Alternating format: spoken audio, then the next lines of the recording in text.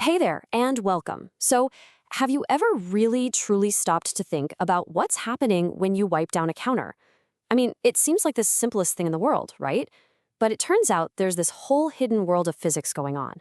And today, we're going to pull back the curtain and uncover that surprising science. So let's ask the question, what is actually going on there? It's way more than just smearing some water around. See, on a level you can't even see, there's this really complex dance of forces that decides whether you're actually cleaning or, honestly, just making a bigger mess. And it all boils down to this, a microscopic battle, a battle between two core forces and the two very distinct behaviors they create. If you can understand this, you've basically cracked the code to getting a really effective clean. All right, so let's start by zooming in on the two main jobs that any cleaning fabric has to do. We're talking about absorption and friction. They might sound kind of basic, but how they work together, well, that's where the magic happens. Okay, first up is absorption. The easiest way to think about this is to picture the fabric as a superpowered sponge. Its job is to use its fibers to draw in and trap liquid, and all the little bits of dirt and grime that are floating around in it. This is the whole pulling stuff in part of the equation. And then, on the flip side, you've got friction. Now, this is the force that does the real heavy lifting. As you're moving that cloth across the counter, friction is what lets the fibers physically scrape and break loose all the gunk that's stuck to the surface. This is the pushing away part of the job. So you can see them here, side by side. You've got absorption, which pulls the mess into the cloth, and then you have friction, which pushes and scrapes that mess away from the surface. For a great clean, you need both of these working in perfect harmony. But there's one little variable that changes absolutely everything. And that game-changing variable? It's water. Yep. How much water is in that fabric completely flips the script on how absorption and friction behave.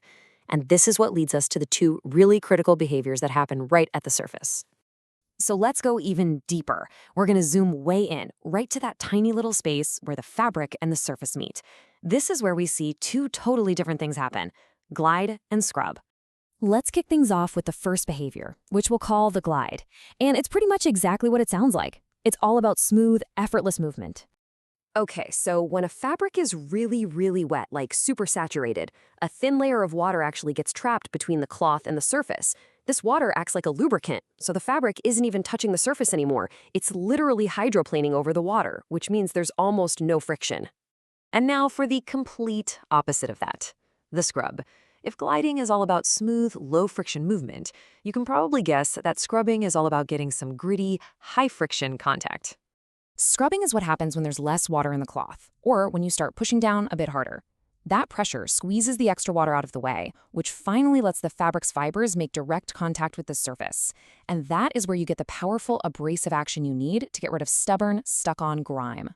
This little chart here just sums it all up perfectly. Lots of water, high saturation, and you get the glide behavior, which is really good for just spreading liquid around. But low saturation, that gets you the scrub behavior, which is what you need for real abrasive cleaning. The secret is finding that perfect sweet spot between water and pressure for whatever you're trying to clean. Okay, so now that we get the whole microscopic dance of glide and scrub, let's zoom back out. How can we use this new knowledge to actually get a better clean in the real world? So here it is. The real secret to how well your wipe works isn't just about the cloth you're using. It's all about managing that delicate balance between gliding and scrubbing. You see, you need just enough glide to spread your cleaning solution, but you also need enough scrub to actually lift the dirt away. If you have too much water, you're just going to skim right over the mess. And if you have too little, you can't absorb the dirt you just worked so hard to dislodge. It's a balancing act.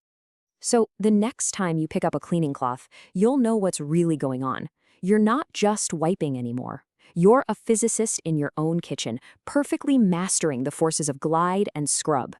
And knowing that, well, that's how you get a truly effective clean every single time.